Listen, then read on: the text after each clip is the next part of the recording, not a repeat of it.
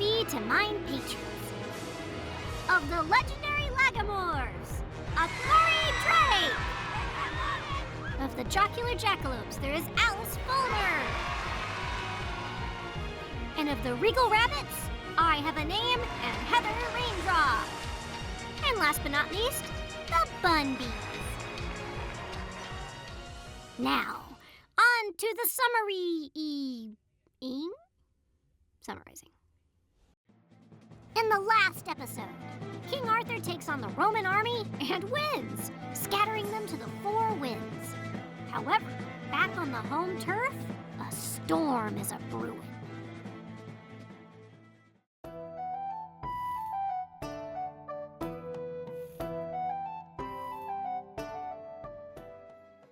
Arthur takes a vacay that winter, but still finds time to conquer the cities of the 𝐼𝐴𝐺𝐵𝐺, like you do. As winter changed into spring, spring changed into summer, summer changed back into winter, and winter gave spring and summer a miss and went straight on into autumn, Arthur sets his sights on Rome proper. However, while the cat is away, the mice will play.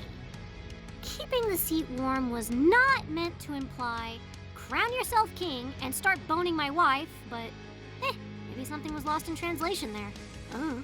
About this particular matter, most noble Duke Geoffrey of Monmouth prefers to say nothing. Oh, thanks. Thanks for that. You make us slog through lists of people and places, but you won't give us anything juicy or actually interesting? Oh, you stupid, boring mother... Swear to God, why are these mother... so fucking... When Arthur receives word of this, he cancels the attack on the Emperor of the Romans, Leo. He then sends Hoel with an army of Gauls to restore peace in France, and then hastens back to Britain to deal with his nephew, mafia style. Mordred recruits 𝐾𝐿ric, leader of the Saxons, by offering him everything from the Humber all the way to Scotland, and all of Kent that Hengist and Horsa once overtook, so long as he can conscript all of the Saxons. Mordred also recruits the Irish, Picts, and the Scots. Ooh, I guess we're okay with their land being owned by the Saxons when all this is said and done? Maybe he left that part out. He also recruits anyone who particularly hates Arthur, which is a lot of folk. Arthur the warlord kinda has a lot of enemies. So about 80,000 folk were insurgenting it up with Mordred. For once, the number fits. With this large legion, Mordred marches out to Richborough, where Arthur and his troops were set to land, and begins the shitponing, resulting in the deaths of 𝐕𝐫𝐺𝐼𝐴, King of Albany, Gawain, and a whole bunch of others that for once, Geoffrey mercifully decides not to list. Yay! With much difficulty, Mordred's forces are pushed back. Owain, or Yvonne, is mentioned briefly as a part of this, but who cares? Mordred regroups and marches on Winchester, and Guinevere, receiving the latest war news when she checks her Twitter feed, gives way to despair and gets thee to a nunnery! No further details given, because that's not interesting or anything. Back to blandly describing the sequences of war! Arthur mad. Arthur more mad than he's ever madded. After respectfully burning the dead, he marches to Winchester and lays siege to Mordred, who, YOLO ain't bout to bow to no scrub! He gives a speech, which Geoffrey neglects to share, and another battle ensues with huge losses on both sides. But more on Mordred's, because Arthur hacks. Mordred flees to Cornwall without even burying his dead troops, and Arthur is just kicking himself about his inability to kill his friggin' nephew already. He took over and burned down Norway once. Why is this so hard? But eventually, it all comes to a head at the river... Amblam? Why is it spelled that way? Where Mordred vows to flee no more, but to stand and fight until either victory or death, along with his remaining 60,000 troops, who he sections off into groups of 6, so that they can all amount to 6,666 troops each, because he's countercultural like that. The remaining 20,004 troops were under his direct command. Arthur sets up 9 divisions this time, because he's tired of being mocked for his number 5 fetish. They both give speeches to rally their troops before the epic showdown. Arthur's speech is basically just trash talking, and Mordred's speech, once again, not really defined, so we don't know much about it. Not sure why. Maybe even Geoffrey's getting tired by this point. While the two commanders were encouraging their men in this way in both the armies, the lines of battle suddenly met. Combat was joined, and they all strove with might and main to deal each other as many blows as possible.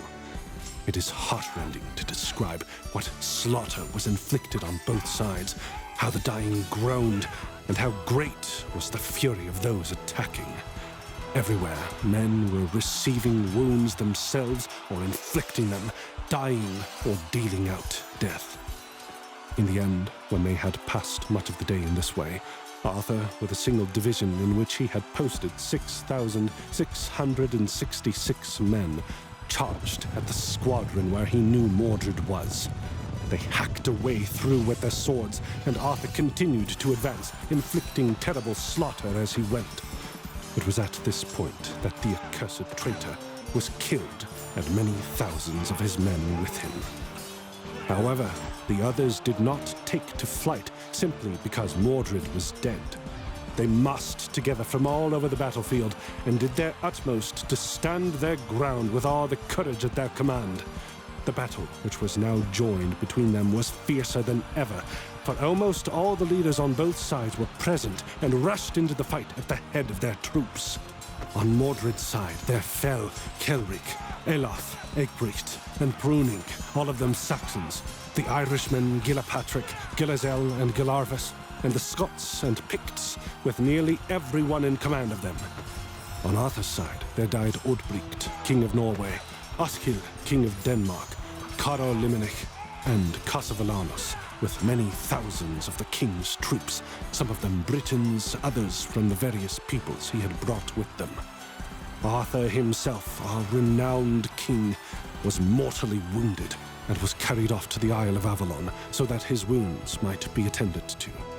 He handed the crown of Britain over to his cousin Constantine, the son of Cawdor, Duke of Cornwall. This in the year 542 after our Lord's incarnation.